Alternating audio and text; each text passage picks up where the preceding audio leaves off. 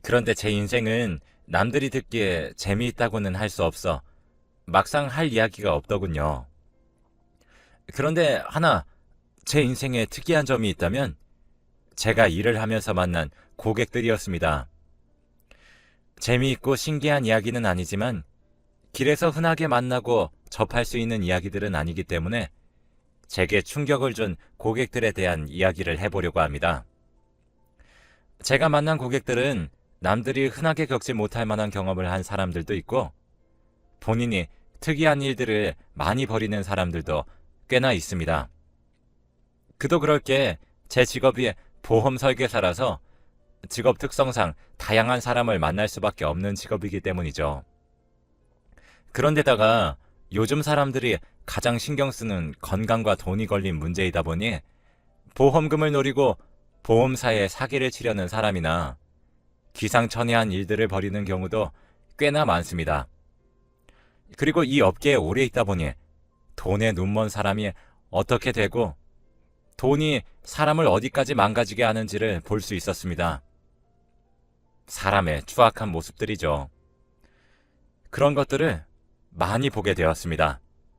저는 평소에 사람들을 만나는 것을 좋아하고 전문직을 하기에는 특별한 기술이 없어 가볍게 생각하고 이 일을 시작하게 되었지만 세상에는 정말 별의별 사람들이 다 있더군요.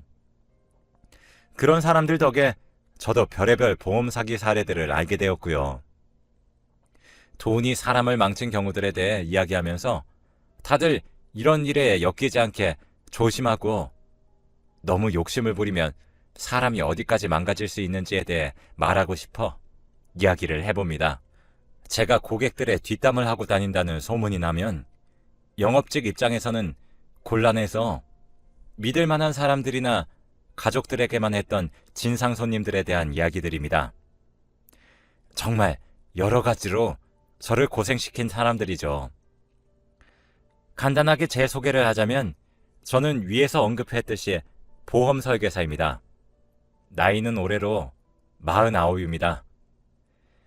내년이면 쉰이라니 세월 참 빠르네요. 특히 작년은 코로나다 뭐다 하며 정신이 없어 더 빠르게 1년이 흘러간 것 같아요. 그리고 저는 두 아이의 엄마이기도 합니다. 이거 외에 딱히 소개할 말이 없네요.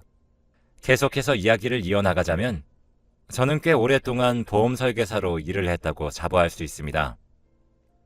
사람 만나는 걸 좋아하다 보니 이 일도 오랫동안 할 수 있었던 것 같네요. 일한 기간이 긴 만큼 저는 정말 많은 사람들과 만났습니다.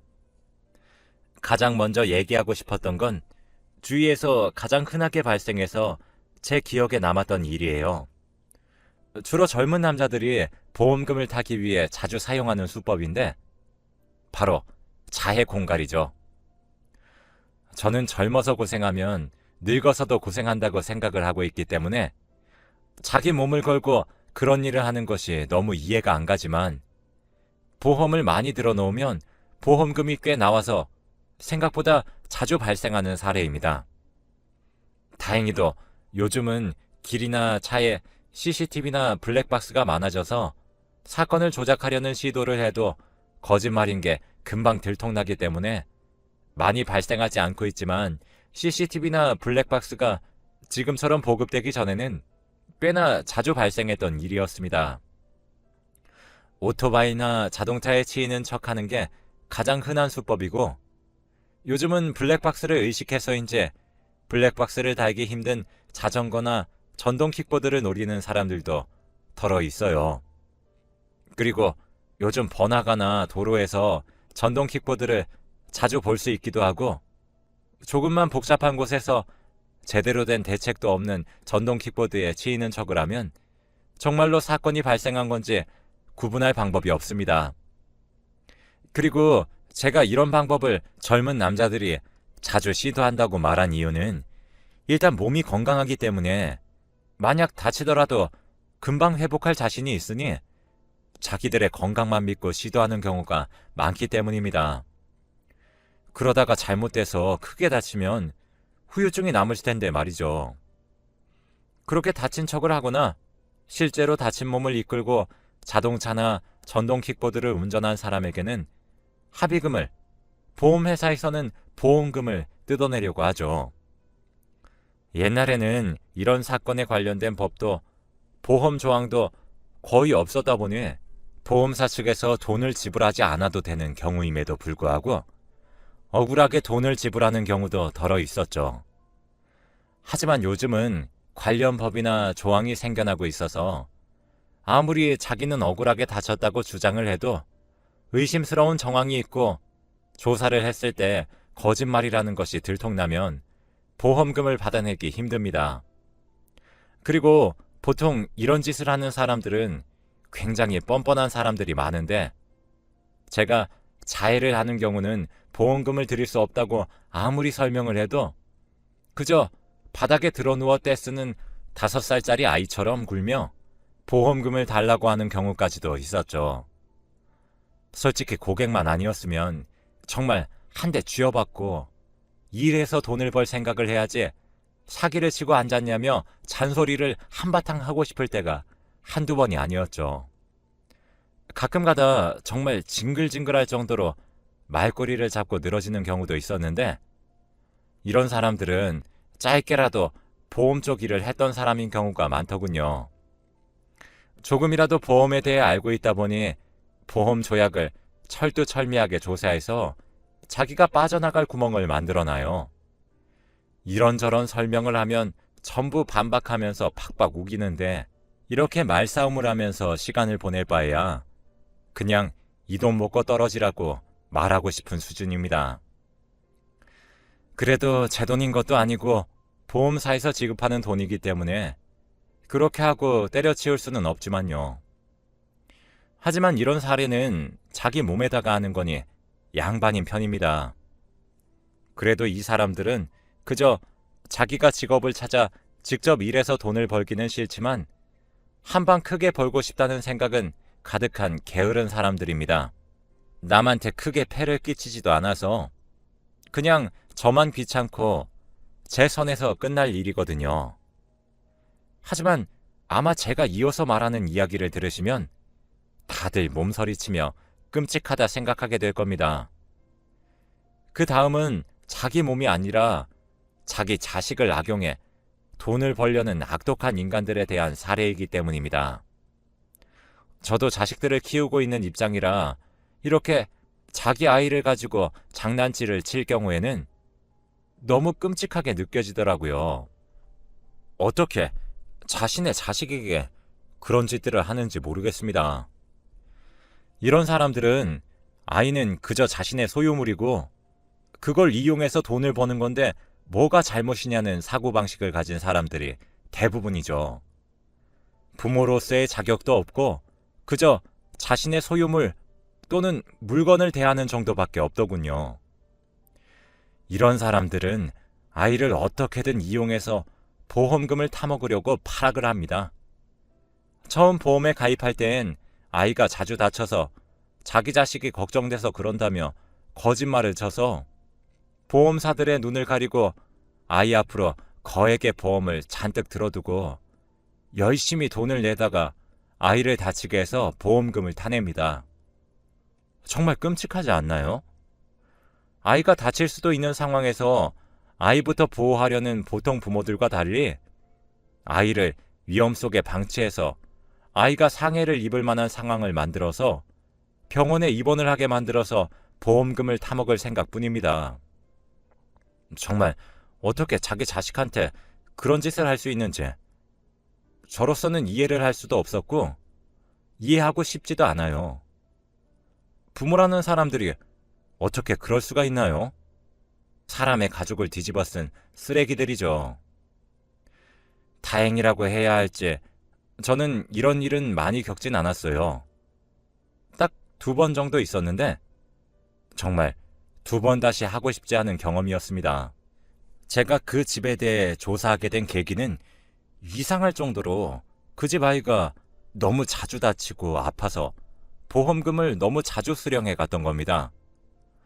물론 애가 몸이 약해서 그럴 수도 있다고 생각할 수 있지만 그런 경우라도 보험사에서 너무 손해를 봐야 하는 케이스는 보험금 지급률을 조금 낮춘다던가 하는 조치를 취해야 하기 때문에 어차피 그 집에 방문해야 했었어요. 그래서 저는 일단 보험금 수령이 너무 잦아지면 다음에 다른 보험을 들기도 힘들고 보장도 적게 받아야 할 것이라는 설명을 할 마음으로 가볍게 전화만 하고 끝낼 생각이었습니다. 그런데 전화를 받지 않더라고요. 일단 제 의무를 다하기 위해 그 고객의 집에 방문할 준비를 했습니다. 그런데 막상 그 집은 그렇게 가볍게 생각할 문제가 아니었죠. 제가 찾아가니 일단 굉장히 경계하며 무슨 일로 찾아왔냐고 하더군요. 저는 하도 사기가 많고 세상이 흉흉하니 애랑 엄마 둘만 있는 상태에서 사람이 방문하는 것을 경계하는 것이라고만 생각했어요. 그런데 지금 와서 생각해보면 도둑이 제발저려 저를 경계했던 것 같아요. 아무튼 저는 상황을 설명하고 보험금 지급 관련으로 해야 할 말들이 있으니 집안에 들어가기 그렇다면 주변 카페에서라도 얘기를 나누자고 했습니다.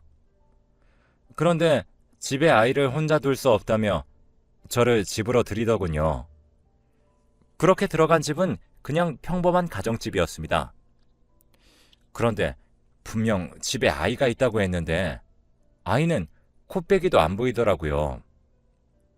그랬지만 제가 방문할 시간이 애매하다 보니 낮잠이라도 자나보다 하며 금방 신경을 끄고 아이 엄마에게 제가 준비해온 이야기를 해줬습니다. 그런데 보험금이 줄어들 수도 있다고 하니 엄청 예민하게 반응하더군요. 당연히 돈을 다 줘야 하는 것 아니냐며 길길이 날뛰었습니다. 제가 아무리 설명을 해도 그저 자기는 돈을 꼬박꼬박 내고 있으니 전부 다 보장해줘야 한다며 소리쳤어요. 제가 아무리 차근차근 설명하려 해도 소용이 없었습니다. 그런데 너무 시끄러웠던 탓일까요? 아이가 방에서 고개만 빼꼼 내밀고 상황을 살피더군요. 그런데 고개만 살짝 나온 상태인데 아이의 몸이 왜소한 편이라는 것은 한눈에 보이더군요. 아이들 특유의 통통한 볼살도 거의 없고 굉장히 불안해하고 우울한 얼굴이었죠. 아이는 낯선 사람인 제가 있어서인지 저와 엄마 둘이서 거실에서 무엇을 하는지만 슬쩍슬쩍 보기만 했고 거실로 나올 생각은 전혀 하질 않았어요. 그러다가 이 엄마가 제가 아이를 본 것을 눈치챘는지 당장 방으로 들어가라며 아이에게 소리를 지르더라고요. 아이는 화들짝 놀라 방으로 들어갔고요. 그런데 아무리 생각해보아도 아이가 걱정돼서 보험을 잔뜩 계약한 사람의 태도라고 하기엔 뭔가 싸한 기분이 들었습니다. 아이에게 버럭버럭 소리를 지르는 모습이라던가 보험금 얘기에 예민하게 반응해 짜증을 내는 모습이 딱 봐도 돈만 노리는 사람의 모습이었으니까요. 그리고 아이에게 관심을 보이자 저에게 당장 집 밖으로 나가라 하더군요. 그렇게 거의 쫓겨나듯이 집 밖으로 나온 저는 회사에 이 집은 약간 조사가 필요한 집 같다고 보고했어요. 그리고 제가 개인적으로 그 집 주변 사람들에게 수소문을 했죠. 역시나 소문이 안 좋은 집이더군요. 제가 그 집에 대해 물으면 100이면 100 시끄러운 집이라고 대답해왔습니다. 그러면서 이어지는 설명은 맨날 싸우는 소리가 들린다는 거죠. 그렇게 어느 정도 제 선에서의 조사와 회사에서 조사를 조합한 결과 아무리 생각해도 보험금을 노린 아동학대 같다는 결론이 나왔습니다. 그래서 그렇게 그 집에 다시 방문하게 되었어요. 그때는 아이가 문을 열어주더군요. 다시 만나게 된 아이는 다른 아이들과는 달리 눈이나 표정에 생기가 없었습니다. 물론 이미 경찰에도 신고가 들어간 상태여서 제가 굳이 방문할 필요는 없었지만 두 아이의 엄마인 저로서는 그 아이가 너무 마음에 걸려 다시 방문한 것이었습니다. 그 집에 방문해서 그 집 부모들과 이야기를 해봤지만 전혀 반성하는 기미가 없더군요. 제가 자신들의 돈벌이 수단인 아이를 데려갈까 경계를 하기만 했습니다. 자기들의 잘못이 뭔지 전혀 모르는 것만 같았어요. 제가 무슨 말을 해도 자신들이 조금이라도 더 돈을 받을 수 있는지 없는지 이 사실 말고는 아무것도 신경 쓰이지 않는 것처럼요. 그렇게 한창 실랑이를 하다가 출동한 경찰들에 의해 그들은 경찰서에 조사를 받으러 가게 되었고, 아이는 부모가 조사를 받을 동안 아이의 친척이 돌보기로 했습니다. 다행히 주변 이웃들이 적극적으로 증언을 해줬는지 그들이 충분한 처벌을 받게 되었다고 하더군요. 저도 그들이 경찰서에 조사를 받으러 간 후의 이야기를 전해 듣기만 해서 정확하진 않지만요. 그리고 제가 걱정되어 한번 찾아간 적도 있었습니다. 그 아이는 친척들이 잘 보살펴주는지 볼살도 통통하게 올라 있었고 표정도 밝아져 있더군요. 그런 사람들의 친척이라길래 걱정되었지만 정말 다행인 일이었죠. 이런 사례를 저는 거의 겪어보지 못했지만 제 동료들이나 선배들은 한 번씩은 꼭 보는 사례라고 하더군요. 그리고 이런 사건들은 제가 겪었던 사례처럼 쉽게 해결되는 경우는 거의 없고, 가족 개인의 일이니 가족끼리 해결하라는 말과 함께 경찰에서도 그냥 풀어주기도 한다고 하더군요. 여러분이 만약 주변에 고통받고 있는 아이를 보게 된다면 남의 가정사에 끼어드는 것이란 생각은 잠시 접어두고 신고해 주시길 바랍니다. 이런 일은 주변 증언과 관심이 가장 크게 작용한다고 하더라고요. 또 일명 나일론 환자라고 하죠. 주로 어르신들이 입원할 정도로 심각한 병이나 부상도 아닌데 입원실에서 퇴원하지 않고 버티는 것을 이야기하는 경우인데요. 나일론 환자들은 보통 돈보다는 다른 것을 노립니다. 그것은 바로 사람들의 관심과 보살핌이죠. 나이가 들면 여기저기 아프기도 하고 스스로를 돌보는 일도 그렇게 쉽지만은 않죠. 그래서인지 오히려 병원을 더 선호하는 어르신들이 꽤 계시고요. 돈을 노리고 하는 행동이 아니다 보니 악질적이라고 할 수도 없습니다.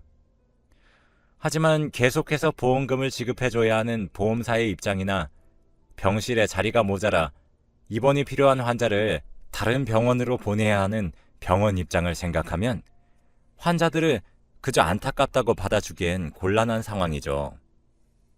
물론 어르신들은 병실에 있으면 밥도 챙겨주고 다른 어르신들과 대화도 하고 하니 적적하지 않아 좋고 보험사에 돈도 다 냈는데 왜 그러냐 하실 수 있지만 솔직히 보험 설계사 입장에선 이런 경우로 꽤나 곤란을 겪습니다.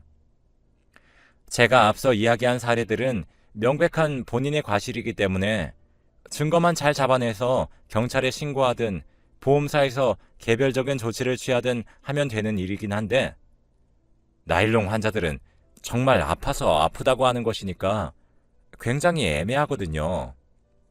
물론 병원에 입원해야 할 만큼 심각하게 아프지 않은데도 자기가 아프다고 하는데 병원 측에서 환자를 돌려보낼 수는 없는 일이니 병원 측도 애매해지는 것이죠. 제가 실제로 경험한 한 어르신의 경우엔 자식들이 어르신 앞으로 보험만 들어놓고 보험비만 내면서 정작 어르신은 바쁘다고 방치하는 집이었습니다. 하필이면 아내분도 돌아가셔서 혼자 지낼 수밖에 없었던 분이셨습니다. 여기까지만 말해도 예측 가능하셨죠? 어르신 혼자 계시다가 넘어지셔서 한번 크게 다치신 적이 있어요. 그때 병원에 입원하셨습니다. 나이가 꽤 있으셔서 완치하는데도 시간이 오래 걸렸고, 그러다 보니 병원에 꽤 오랜 시간 입원을 하게 되셨습니다. 혼자서 적적하게 지내야 하는 집과는 달리 병원에서는 밥도 챙겨주고 난방비 걱정 없이 적당한 온도를 계속 유지해주고, 심지어 어디가 불편하다고 하면 바로바로 도와줄 간병인분도 계시니 시간이 지나 다 나으셨음에도 불구하고 병원에 남아 계셨습니다. 계속 어딘가가 아프다고 이야기를 하시면서요. 그리고 병원에는 비슷한 나이대의 어르신들도 같은 병실에 여러 명 계시니 편하게 이야기 나눌 수도 있고 해서 더 좋으셨나 봅니다. 그리고 그 가족들도 어르신 혼자 계시게 두는 것보다는 요양병원이나 그냥 병원에 입원해 계시는 것이 더 마음이 편했는지 그냥 간병인만 고용하고 아무 말 안 했다고 하네요. 그런데 그분은 요양병원이 아니라 일반 병실에서 그렇게 오래 버티시는 게 문제가 되었던 건데요. 저도 제 일을 해야 하다 보니 어르신이나 보험금을 내고 있는 그 자식들에게 정확한 사정을 듣고 보험금 지불 문제와 새로운 보험 권유를 위해 정보 수집이 필요했습니다. 그래서 어르신께 조심히 왜 요양병원이 아니라 일반 병실에 계시냐고 여쭙자 주변에 있는 요양병원들이 자리가 다 차서 들어가기도 힘들고 만약 들어가게 된다고 해도 거기서는 다 늙어 빠져서 죽는 날만 기다리는 느낌이라고 싫다고 하시더군요. 저도 나이가 있다 보니 부모님들 연세도 꽤 있으신데 저희 부모님께 여쭤보니 부모님들도 웬만하면 집에서 지내고 요양병원은 치매 걸려서 자식들한테 너무 민폐가 되는 경우에만 들어가고 싶다고 말하시더군요.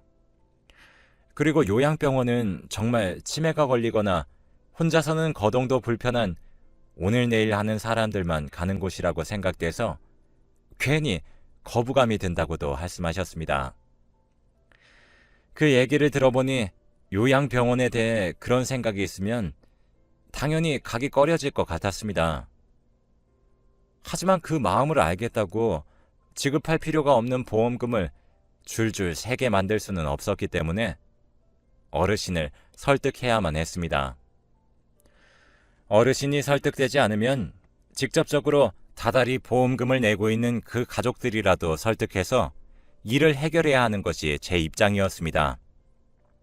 전화를 하면서 대화를 나눠보니 어르신은 그저 싫다는 말만 반복하며 어차피 내가 아파서 병원에 있는 거고 불법도 아니고 돈도 내고 있는데 뭐가 문제냐고 역정을 내셨습니다.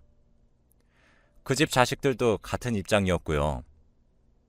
저는 제가 설득할 대상을 어르신의 자식들로 바꿔 계속 이런 식이면 보험사에서 지원해 줄 수 있는 보험금이 줄어들 수밖에 없다고, 다른 보험으로 바꾸려고 해도 불이익이 있을 수밖에 없다고 이야기했습니다. 그 자식들은 불이익이 있을 수도 있다는 소리에 마음이 바뀌었는지 자기들끼리 얘기해 본다고 어르신도 자신들이 설득하겠다고 이야기하더니 며칠 뒤 저에게 전화가 왔습니다. 어르신은 요양병원으로 병실을 옮기게 되셨다고요. 그러면서 보험에 대해 이야기를 조금 하고 잘 마무리되었습니다. 이런 경우는 솔직히 저도 어르신들의 입장을 충분히 이해하고 있기 때문에 저도 마음이 참 아프지만 보험이 자선 사업이 아니어서 어쩔 수 없는 부분이었습니다. 제 이야기는 여기까지입니다. 다들 올 한 해도 코로나 조심하시고 건강하게 보내시길 바랍니다. 다음에 재미있는 이야기가 생기면 다시